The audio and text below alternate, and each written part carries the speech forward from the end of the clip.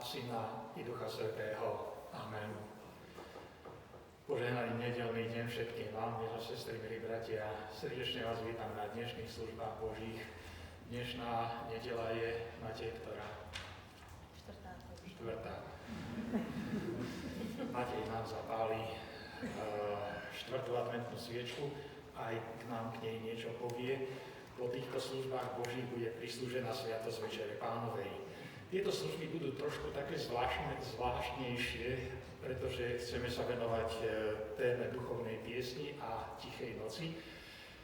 Pán profesor Ondrej Sliacký, on rád píše a medzi mnohými textami, ktoré napísal, tak napísal aj taký príbeh, ako vznikla Tichá noc. A ja sa vám budem snažiť v kázni priblížiť, o čom je Tichá noc.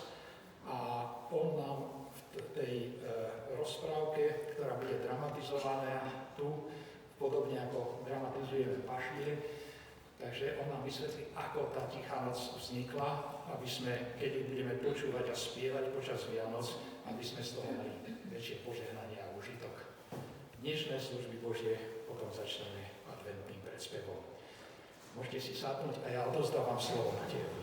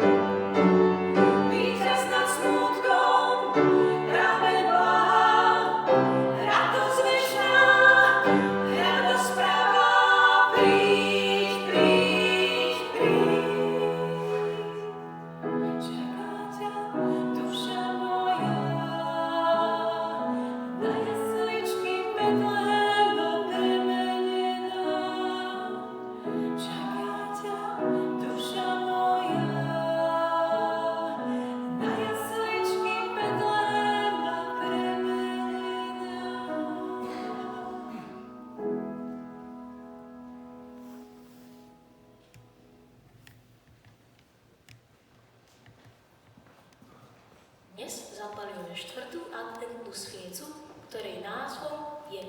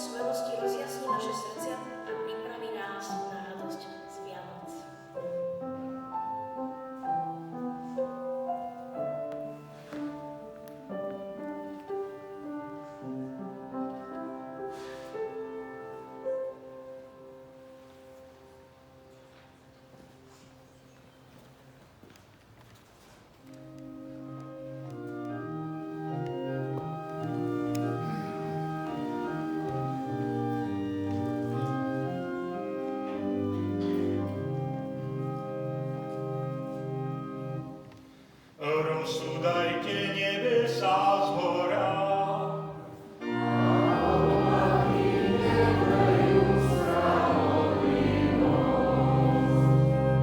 Nebesá rozprávajú o sláve Božej a dielo jeho rúk zvestuje obloha. Rozsúdajte nebesá zhora a oblaky nevelejú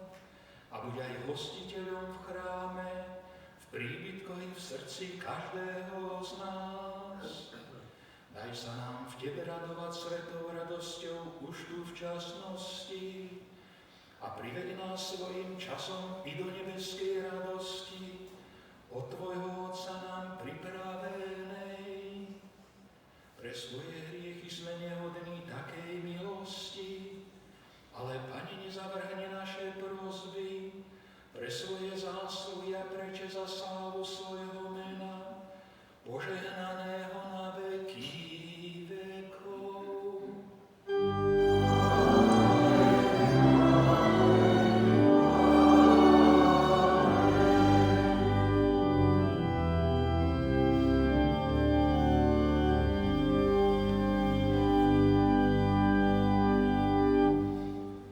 Dnešné sväté evanjelium je zapísané u Lukáša v 1. kapitole vo veršoch 46 až 55 nasledovne. Vtedy povedala Mária: Velebí moja duša Pána a môj duch sa rozveselil v Bohu, mojom Spasiteľovi, že zhliadol na poníženie svojej služobnice, veď aj hľa blahoslaviť ma budú odteraz všetky pokolenia, pretože mocný učinil so mňou veľké veci a sväté je jeho meno a jeho milosrdenstvo s tými, čo sa ho boja, z pokolení na pokolenia. Dokázal moc svojim ramenom, rozprášil tých, čo sa povyšovali zmýšľaním srdca. Mocných zhodil z trónov a povýšil ponížených. Lačných nasýtil dobrými vecami a bohatých prepustil na prázdno. Ujal sa Izraela, svojho služobníka, pamätlivý milosrdenstva, ako povedal našim otcom Abrahámovi a jeho potomstvu na veky. Amen. Slovo nášho Boha zostáva na veky. Bratia a sestry, vyznajme svoju vieru v trojediného Pána Boha slovami apoštolského vierovyznania. Verím v Boha, Otca Všemohúceho, Stvoriteľa neba i zeme.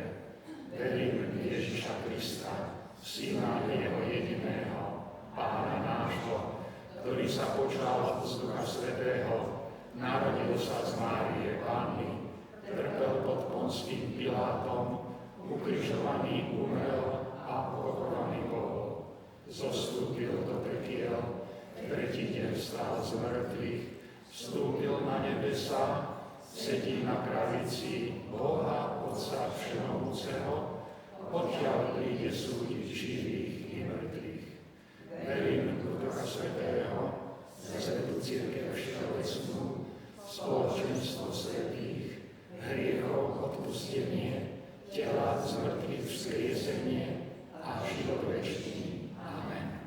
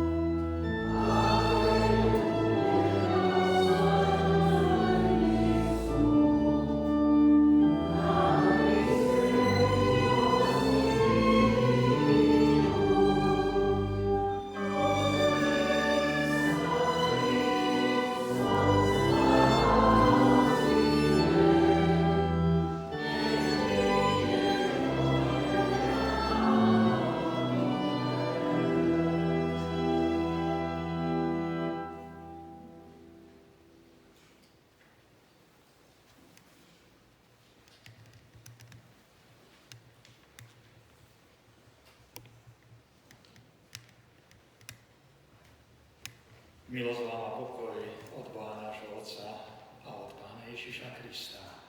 Amen. Milé sestry, milí bratia, vypočujte slova Písma Svätého, ktoré sú zapísané v liste Kolosenským v 3. kapitole v 16. verši nasledovne. Slovo Kristovo nech prebýva vo vás bohato. Vo všetkej múdrosti učte a napomínajte sa žalmami, hymnami a duchovnými piesňami a vďačne spievajte v srdciach Bohu. Amen. Toľko je slov Písma Svätého. Milé sestry, milí bratia, apoštol Pavel povzbudzoval kresťanov v Kolosách, aby Kristovo slovo v nich prebývalo bohato.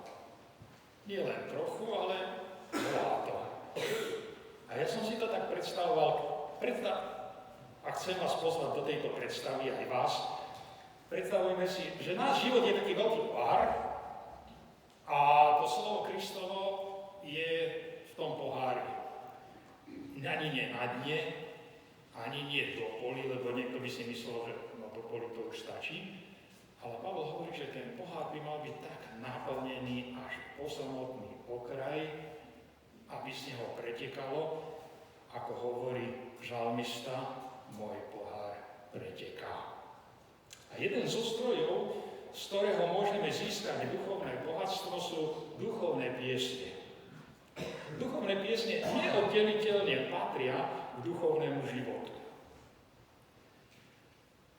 Duchovné piesne vznikajú pri zvláštnych príležitostiach, keď ľudia zažívajú, že Pán Boh sa ich nejakým spôsobom dotkol, že ich zachraňoval, vyslobodzoval, uzdravoval, alebo im dal novú nádej, alebo mohli dokončiť nejaké dielo, ktoré chceli dokončiť a úspešne ho dokončili.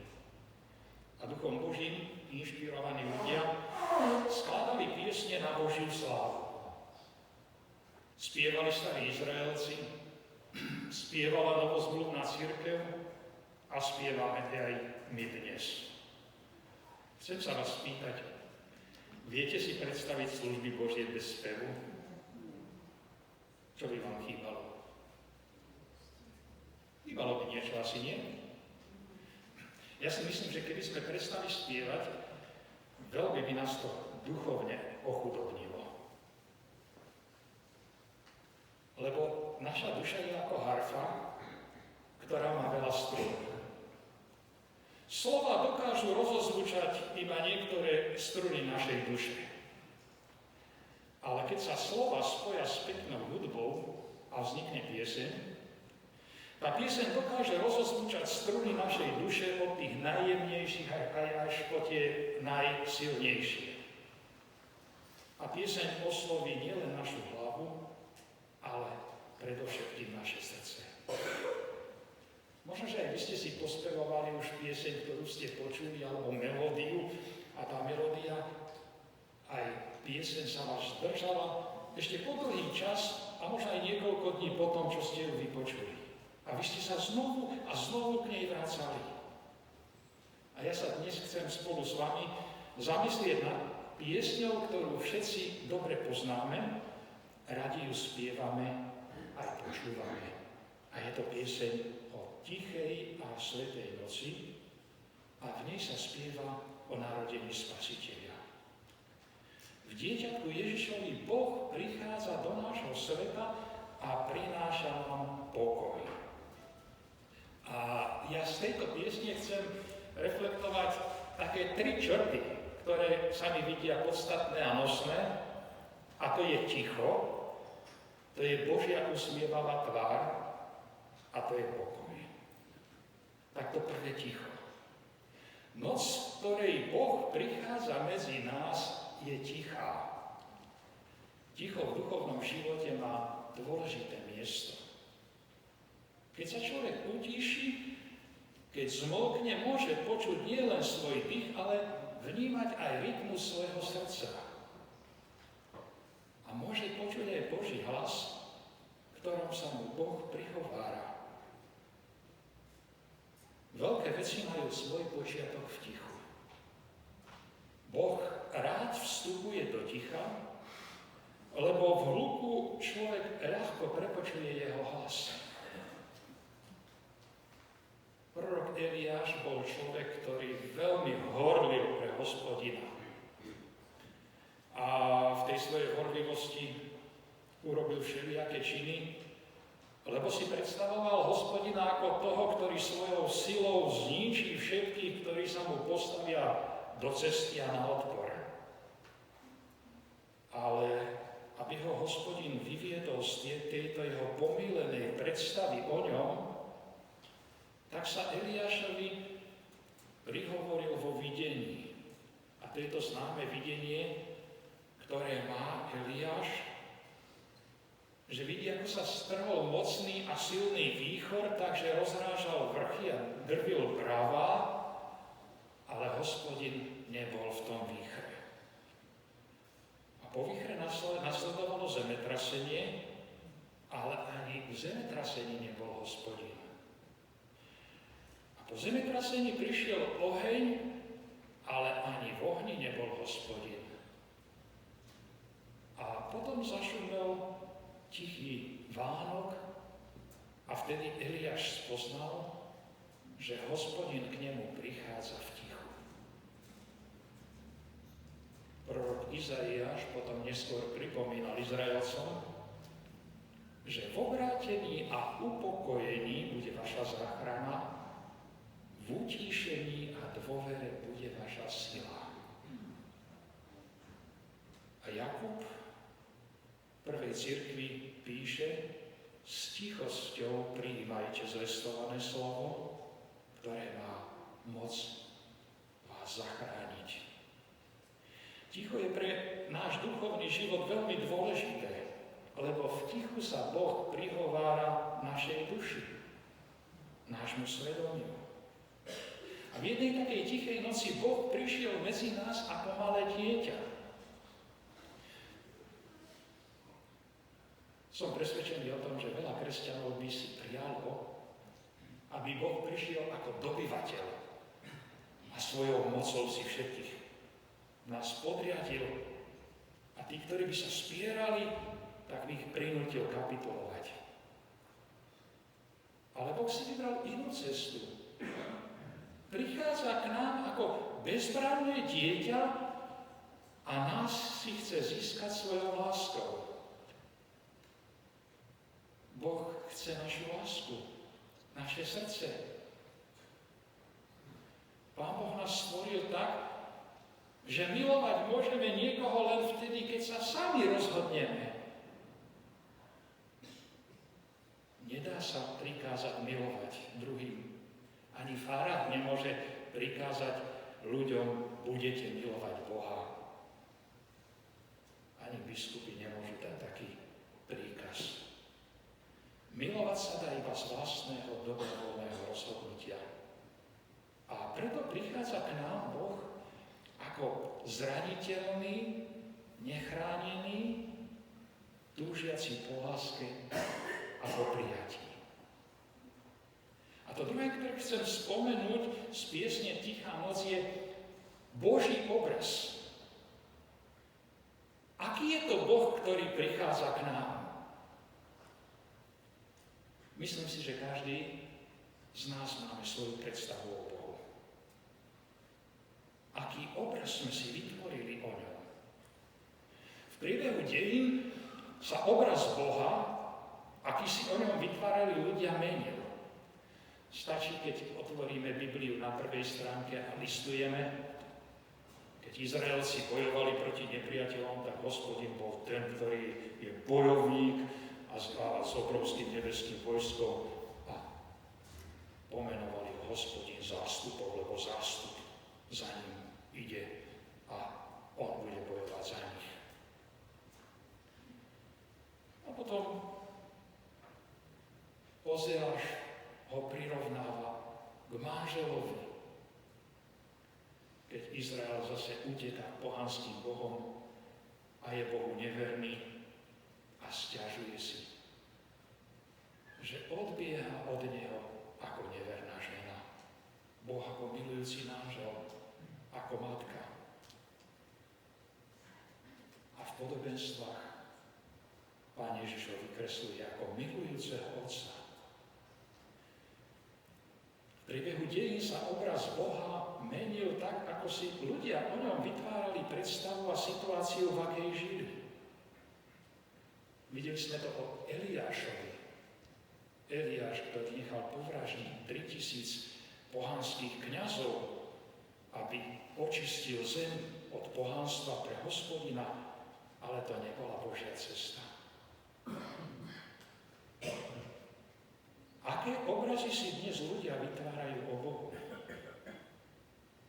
Ak by sme sa pýtali našich priateľov, ktorí hovoria o sebe, že sú ateisti, ak by sme sa pýtali, v akého Boha neveríš, alebo akého Boha si ty predstavuješ, a keby nám oni povedali a opísali, akého Boha si predstavujú, tak v 99%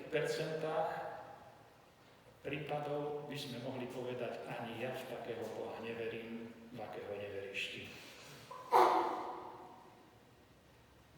Pieseň Tichá noc nám ponúka krásny obraz Boha. V Ježišovi dieťati Boh sa láskavo usmieva nám. Aký je to Boh?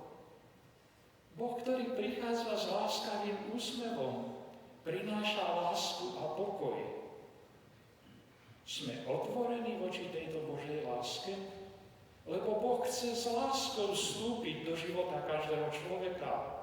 Jemu veľmi záleží na tom, aby môj a tvoj život mal zmysel, aby sme mali radosť z práce, radosť zo vzájomných vzťahov, ktoré máme, aby sme prežívali pocit šťastia, aby sme s nádejou hľadeli do budúcnosti, aby sme neboli ustrašení, ale dokázali sa spoľahnúť na Pána Boha, na jeho zasľúbenia, že bude s nami a bude nás prevádzať po všetky dni nášho života.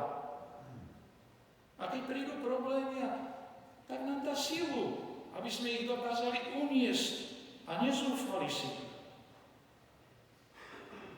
Pán Boh nie je policajt, ktorý by sledoval a čakal na to, kedy spravíme nejakú chybu, aby nám mohol dať pokutu či potrestať nás. Boh je milujúci otec. A môžeme povedať, milujúca matka, ktorá sa teší z toho, keď sa deťom v živote dobre darí. A popri tichu a usmievavej tvári Boha, to tretie, čo v tejto piesni je také nádherné, tak je to, že toto dieťa prináša pokoj. Pokoj je to, po čom všetci túžime. Možno sa vás niekedy pýtajú vaše deti alebo niekto, že čo si želáš? Čo si želáte na Vianoce? My starší už asi nič nepotrebujeme také, že?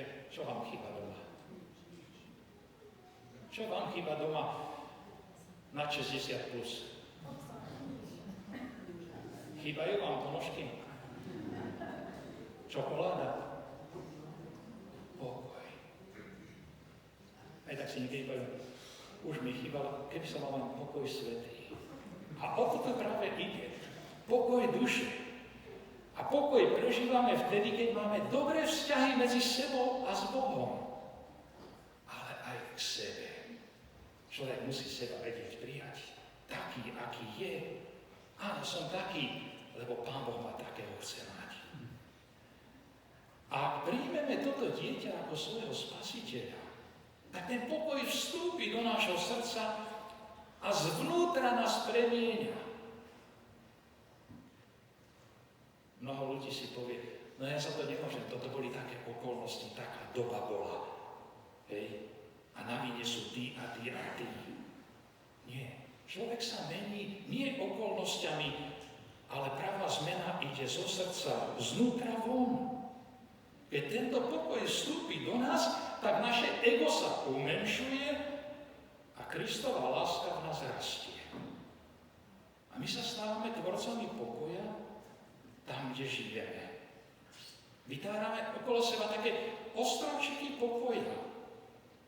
A A tých ostrovčekov pokoja v našej dnešnej spoločnosti je potrebné, aby ich bolo veľa. My druhých ľudí nevieme zmeniť, ale vieme zmeniť seba. Byť takými ostrovčekami pokoja v nepokojných časoch. A to je našim poslaním. A tak si veľmi želám, aby nás k tomu inšpiroval i ten nasledujúci príbeh pána profesora Sliackého, ktorý s takou láskou nám ponúkol a mal takú víziu, že aj toto by nám mohlo pomôcť. Vždy, keď budeme počuť pieseň Tichú noc, aby sme si spomenuli, ako vznikla a čo nám chce tento príbeh povedať. Amen. Skloňme sa k modlitbe. Pane Bože, my ti chceme ďakovať za všetky duchovné piesne, ktoré máme, ktorými ťa môžeme oslavovať, ale aj hlbšie poznávať. Duchu Svätý, my ti ďakujeme, že aj dnes inšpiruješ ľudí, aby tvorili nové piesne. A tak nám prinášaš radosť zo spevu i z počúvania. A my ťa chceme prosiť, aby aj naše životy boli takou krásnou piesňou, bez rušivých tónov, ktoré by boli žité tebe na slávu a nám ku vzájomnej radosti. Prosíme, pomôž nám k takémuto radostnému a vďačnému životu, aby sme v pokoji srdca mohli pracovať i odpočívať. Amen.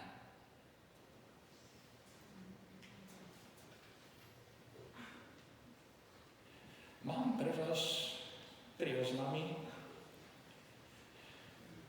Ten prvý je, po službách Božích bude prislúžená sviatosť Večere Pánovej. Všetkých srdečne pozývame, ktorí túžite spojovať so vzkrieseným a oslaveným Pánom Ježišom Kristom.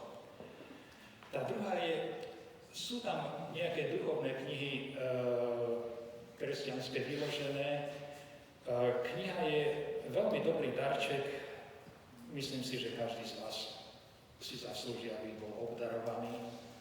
A keď darujete nejakú vec, pamätajte na to, že fľašu dobrého vína, poprípade nejakú sladkosť môže darovať kdekto. Ale kto daruje dobrú duchovnú literatúru druhým ľuďom? To sme my. Takže ak ešte nemáte darček, môžete si vybrať. Je tam dosť široká ponuka aj nových kníh, ktoré vyšli. A ten tretí oznam je taký radostný. Starí rodičia, ktorí tu sú s nami každú nedeľu, majú v tomto týždni takú dvojnásobnú radosť. Lebo ďakujú Pánu Bohu za to, že pred 6 rokmi do rodiny priviedol dievčatko vnučku a ďakujú za narodenie ďalšej vnučky. A to je úžasná radosť nielen pre rodičov, starých rodičov, ale pre všetkých nás. A tak chcem vás poprosiť, aby sme sa sklonili i v našich srdciach a poďakovali sa za tento dvojnásobný darček. Pane Bože náš, od Teba pochádzajú len dobré dary a všetky krásne veci, ktoré v živote zažívame a sa stretávame s nimi. A tak sa tešíme aj s našimi starými rodičmi a prežívame spolu s nimi tú radosť z darovaných vnúčat. Tak ťa prosíme, aby ich úsmev im vždy pripomínal, že aj Ty sa na nich usmievaš. Aj Ty túžiš po ich šťastie a naplnenie a pokoji. A tak ťa prosím aj za rodičov, aby si im dal múdrosť a trpezlivosť, keď budú vychovávať svoje deti, aby im boli dobrým príkladom. Pane Bože, aj my všetci chceme Ti ďakovať za to, že nám dávaš život, zdravie, aj veľa krásnych vecí, aj dar tohto spoločenstva a vzájomné vzťahy. Buď nám i teraz blízky a vypočuj nás, keď spoločne k Tebe voláme. Oče náš, ktorý si v nebesiach, posväť sa meno Tvoje, príď kráľovstvo Tvoje, buď vôľa Tvoja, ako v nebi, tak i na zemi. Chlieb náš každodenný daj nám dnes a odpusť nám viny naše, ako aj my odpúšťame vinníkom svojim. I neuvoď nás do pokušenia, ale zbav nás zlého, lebo Tvoje je kráľovstvo, i moc, i sláva na veky. Amen. Sláva Bohu Otcu, i Synu, i Duchu Svätému, ako bola na počiatku, i teraz, i vždycky, i na veky vekov. Amen. Príjmite požehnanie. A pokoj Boží, ktorý prevyšuje každý rozum ľudský, nech chráni vaše srdcia i vaše mysle v Kristu Ježiši, našom Pánovi, na veky požehnanom. Amen.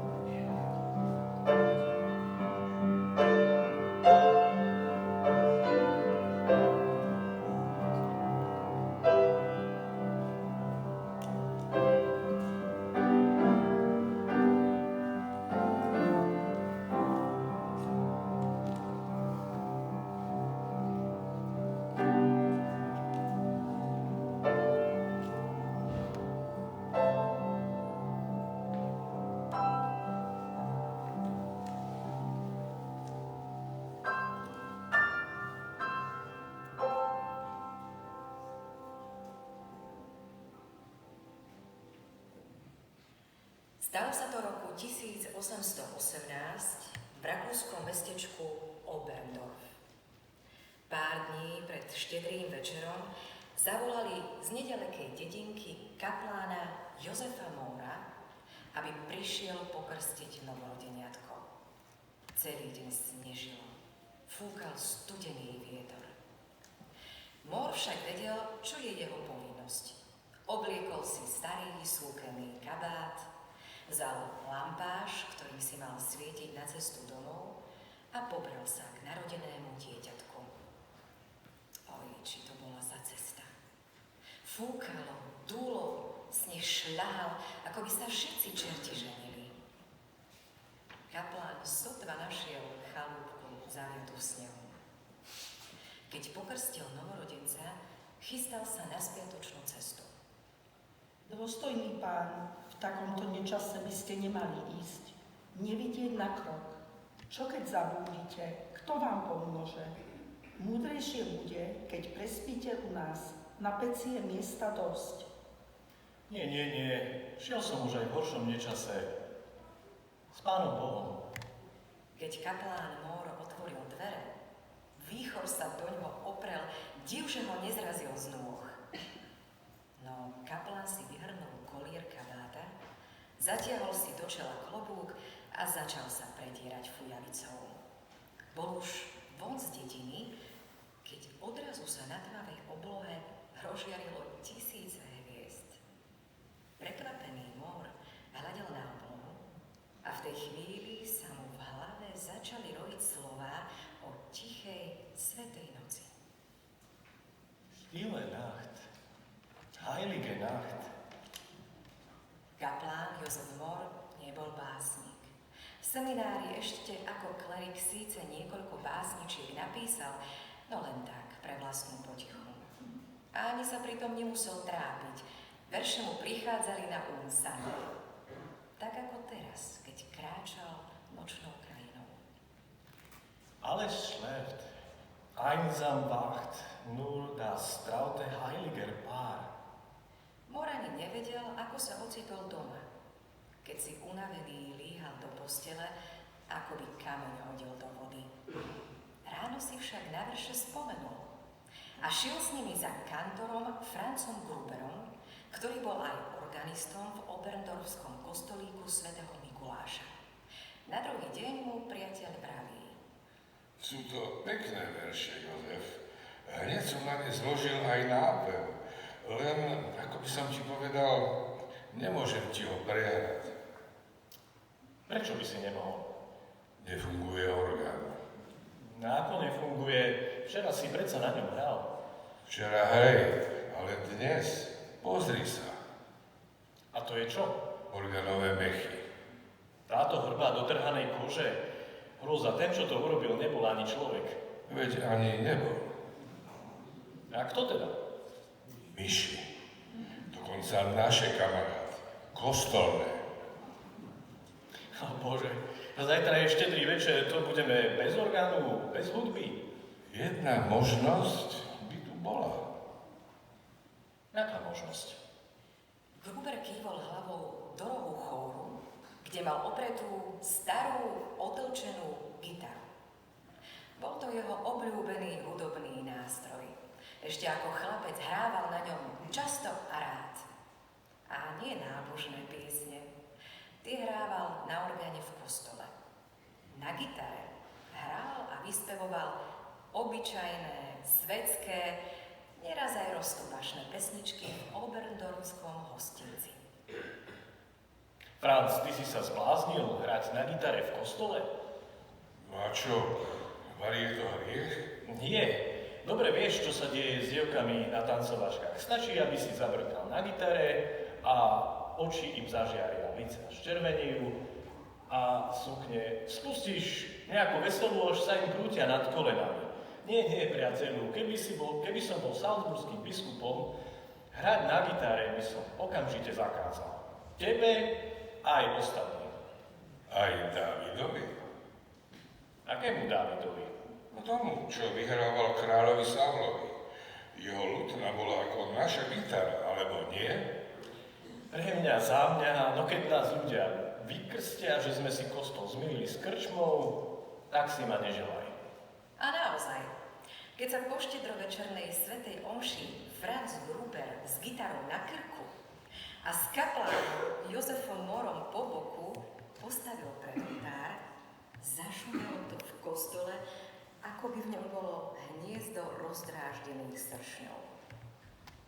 Priatelia, je nám ľúto, že dnes nemôžete počuť orgán. Bez vianočnej koledy však nebudete. Zahráme a zaspievame vám pieseň, ktorú na oslavu narodenia Spasiteľa složil pán Gruber a ja som k nej napísal iba slová. Kde ste to urobili? V krčme pri krídli piva? Kostol vybuchol smiechom. Mór sa bezradne pozrel na Grubera.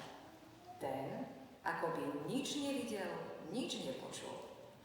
Nadýchol sa a do huriavku, ktorý sa strhol, prešiel prstami po strunách gitary. V zápletí sa kostolík naplnil spevom dvoch mužov. Nie je divu, že na druhý deň sa chýr o zázračnej piesni rozniesol po okolitých dedinách a dedinkách, takže na prvý sviatok Vianočný bol Oberndorfský kostolík naplnený do posledného miestečka. A to ešte bolo len neskoré popoludnie. Večer vyšiel Mór s Gruberom pred faru a neveril vlastným očiam. Všade, kde len dohliadol, sa hrčili muži, ženy, deti. Ľudkovia, čo sa deje? Počuli sme, pán kaplán, že ste včera hrali na gitare zázračnú koledu. Ja nie, pán Gruber ju hral, no že by bola zázračná. Vraj prileteli aj anieli, aby ju počuli. Nerozprávajte, gazdina. Anieli nie sú ľudia, sú to duchovné bytosti, ľudskými očami neviditeľné. Prosíme, zahrajte ju aj nám. Tu? Pred kostolom? Kostol je plný, nezmestí sa doň ani noha. Medzi tým sa zošerilo. Ľudia zažali lampáše. Na to zrdiel oboch mužov zaznelo.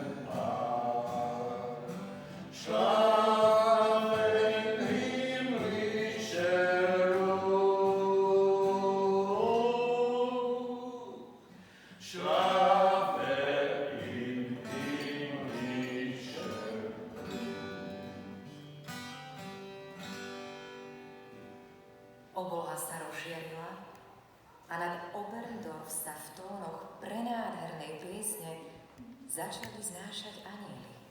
Desiatky, stovky anjelov. Ľudia v úžase vykríkli, začali sa prežehnávať, niektorí pokľakli a s pohľadom upetí na nebesá zopeli ruky. Vtedy už Mohr s Gruberom nedokázali spievať. Len stáli obklopení zástupom ľudí a v nemom úžase počúvali, ako z hrdiel anjelov znie ich pieseň.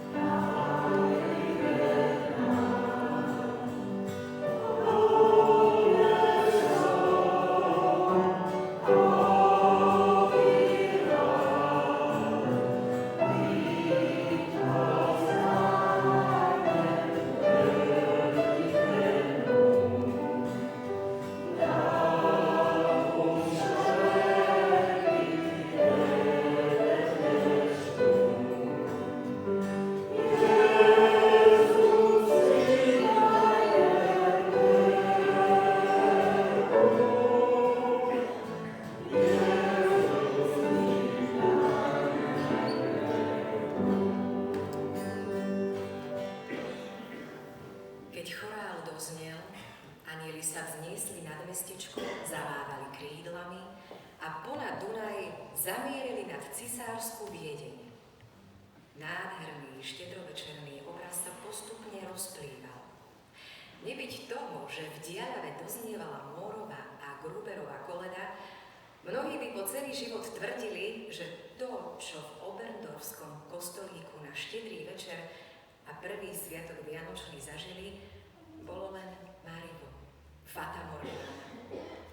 Lenže ako vysvetliť, že to isté Márivo či Fata Morgánu videli v tú noc i ľudia v iných rakúskych krajoch a dokonca v iných krajinách? Všade znela tichá a svätá noc, a nie len v nemčine. Keď sa vianočný zbor anjelov zjavil nad chorvátskou Dúbravkou, zaznel.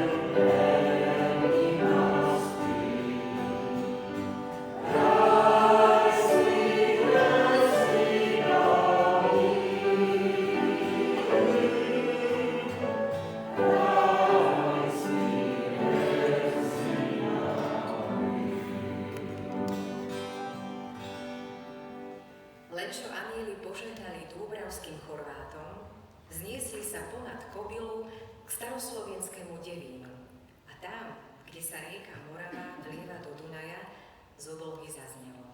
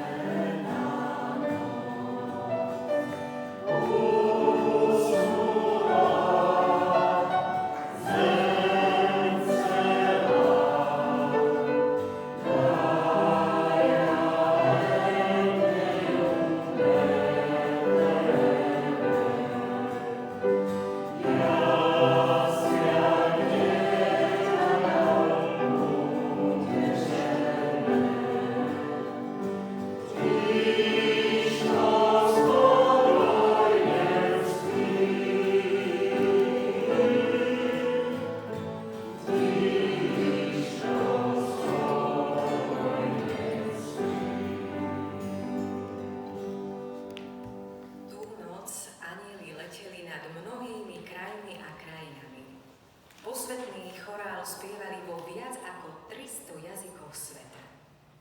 A všade, kadiaľ leteli, zavládol pokoj a mier. A za to všetko môže Jozef Mor a Franz Gruber. Pyšne zdôrazňovali pri každej príležitosti obyvatelia rakúskeho Oberndorfu. A čo my, oberndorfské kostolné myšky? My na tom zásluhu nemáme? Veď nebyť nás, dodnes by o Mórovej a Gruberovej kolene, že najkrajšie, ako kedy ľudské srdcia počuli, nebolo ani chýru, ani slichu.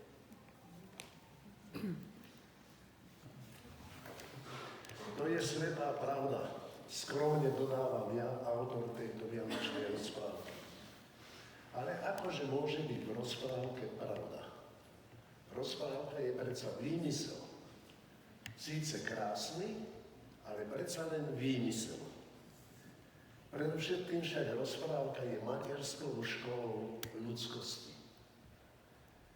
Ľudskosti k človeku, ale i k našim bračkom a sestričkám, ako nazval zvieratka svätý František z Asisi. Mimochodom, keby to záležalo odo mňa, pred kostolíkom v Oberndorfe by nestál len dnes pomník Jozefovi Morovi a Francovi Gruberovi, ale aj oberndorfským kostolným myškám. Zvieratkám vôbec. Veď neby týchto nemých tvorov s ich nádhernými očami nevedeli by sme vlastne, čo je láska. Jedno z týchto zvieratiek práve teraz, nesúc tehotnú ženu, klopitá do Betlehemu. Klopitá do Betlehemu, aby sa splnilo Božie poslanie. Thank you.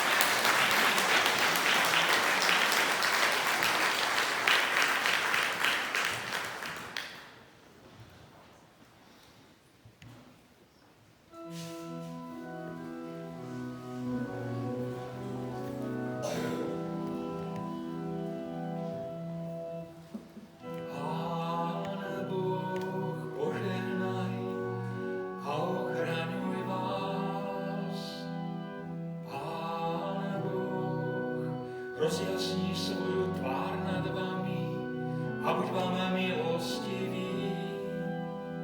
Pán Boh, obráť k vám svoj obličaj a daj vám svoj časný i večný pokoj.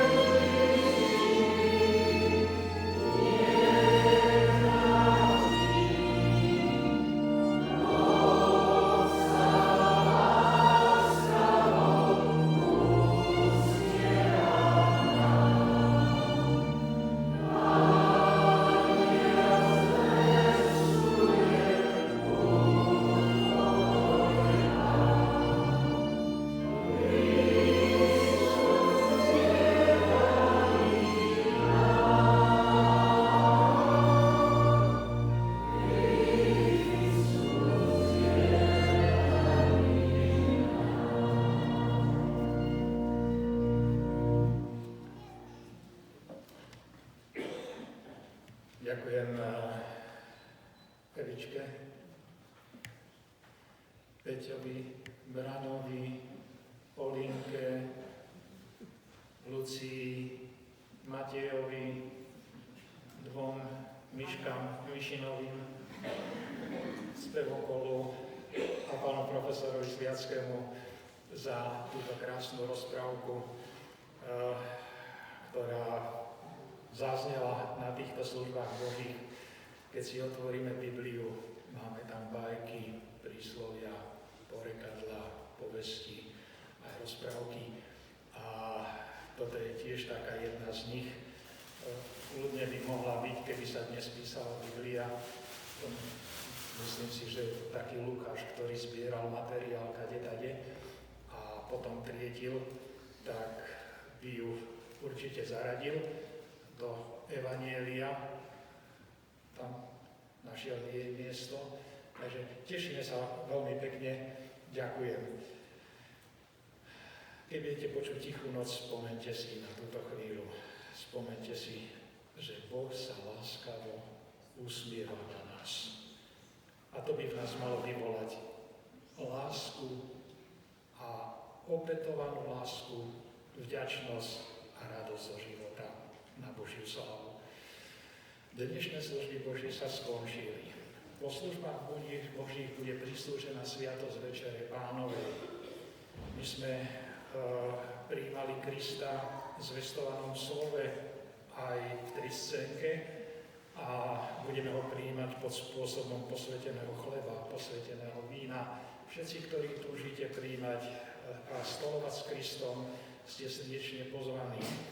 Vy, ktorí nebudete pristupovať, vás poprosím, že by ste tak v tichosti uvoľnili tento priestor, aby my sme mohli pokračovať v slávení Večere Pánovej.